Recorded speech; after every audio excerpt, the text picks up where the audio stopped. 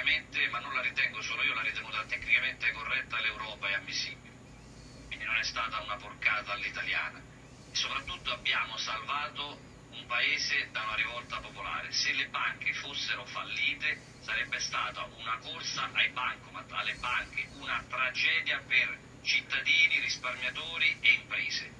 Così non sono state regalate ad una banca, abbiamo salvato un paese, perché il nord-est non è solo il nord-est che viveva con quelle banche, è un paese intero che viveva anche grazie a quelle banche, e abbiamo garantito la continuità, la stabilità. Questo è un valore molto più alto, molto più importante della cifra che lo Stato italiano ha messo in campo per il salvataggio, perché altrimenti quelle banche sarebbero fallite, e con il fallimento di una banca pensate a tutti quanti i mutui, a tutti quanti i risparmi. È vero che degli azionisti ne hanno pagato le conseguenze, sono d'accordo, quella è la capitale di rischio, poi se ci sono state delle responsabilità dei vertici della banca, questi vertici devono pagare tutto quello che è la loro responsabilità, assolutamente, ma abbiamo una magistratura che ha sempre fatto e fa il suo lavoro, quindi sicuramente queste persone verranno perseguite, se hanno sbagliato verranno accertate le loro responsabilità, ma la cosa più grave è stata salvata. Cioè, il fallimento di 2 banche sarebbe stato una tragedia incredibile. Adesso sì è vero che sono stati tanti i soldi destinati a questo salvataggio e non è stata regalata a Intesa San Paolo, non sono state regalate ad Intesa San Paolo queste 2 banche. Intesa San Paolo si è accollata la continuità di queste 2 banche, perché se non c'è stato un giorno di chiusura, se non c'è stato un problema agli sportelli, è grazie ad un altro istituto di credito che non è che fa volontariato, perché è un'azienda come le altre aziende, come l'azienda mia, come sono tutte le altre aziende, quindi deve fare il suo profitto, ma che si è messa in campo, e grazie allo Stato italiano abbiamo evitato una tragedia, perché di quello saremmo stati qui a parlare se fossero fallite 2 banche. Allora, Puppato, grazie Rossi, lungi da me fare è d'accordo con Rossi, sì. Allora, un attimo, ritroviamo un minimo di baricentro della discussione. Lungi da me, lo sapete, fare del populismo, perché è una cosa che non appartiene.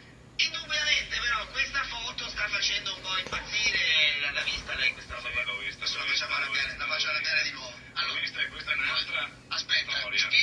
spieghi lei questa foto qua cos'è? Questa è una vergogna, perché chi ha fatto un reato deve andare in carcere. Allora, non funziona la giustizia.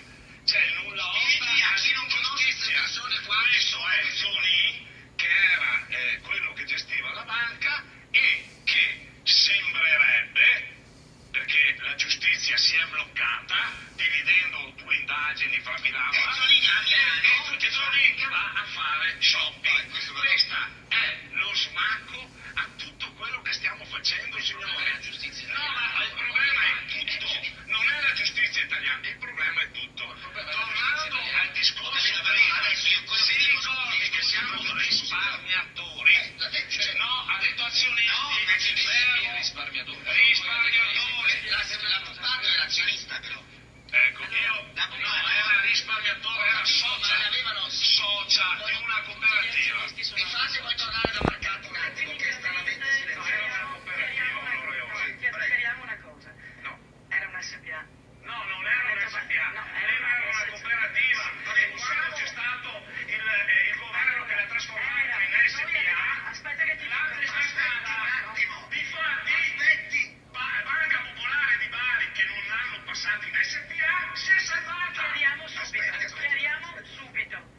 Le cooperative possono avere una determinata quantitativo di gestione, dopodiché non le possiamo più definire cooperative, perché sono di fatto la ragione per cui i nostri investimenti o il nostro risparmio, le 2 cose sono differenti, vorrei chiarirlo perché sono differenti.